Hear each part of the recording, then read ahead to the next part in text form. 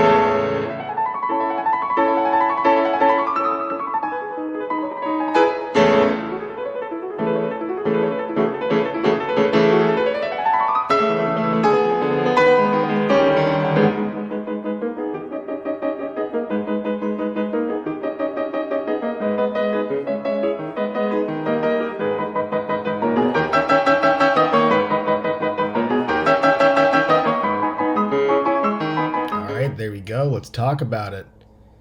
Overall, this came out a lot more solidly than I thought. I actually fixed a couple of things on the interior of the bow and the stern for structural purposes between the build and the actual show-off here, but that's just so it would hold together better. Otherwise, the hinges for the angles worked out very well. I'm happy with how the waves came out, because, you know, a lot of things look good on studio, and you make those photo-real renders, but it doesn't always look good in real life. This, though, I think I'm going to keep doing that. And overall, you know, I wanted to look like it was actually one complete ship that had broken up, and then the guys here, you know, doing the best they can. He's hanging out, having a drink. He's got a little bed in there. He's got a musket. You can't see it, but it's in there. His buddy, the sawfish, no reason to be afraid of that, right? Yeah. Then there's the raft. Again, I wanted this to look like it was a piece of the ship that had fallen off, and they rigged some barrels to it.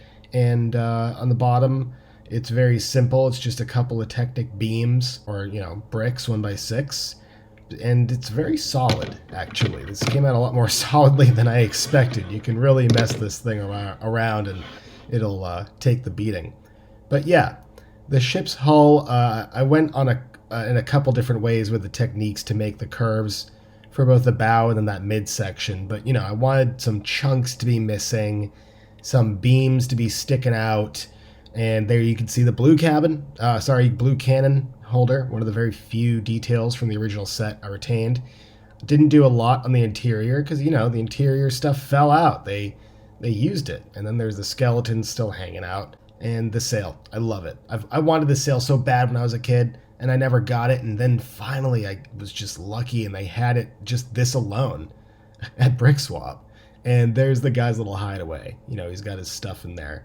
And all the chunks of the ship, they just hold on by a little ball and hinge, ball socket hinge thing. I don't even know what to call it. You know what I'm talking about. Look at it. You can see it. Anyway, plugs right on there. I arranged the waves and the rocks to hide where the angles meet so that it all looks a bit more, I don't know, fluid as much as it can be for a Lego set.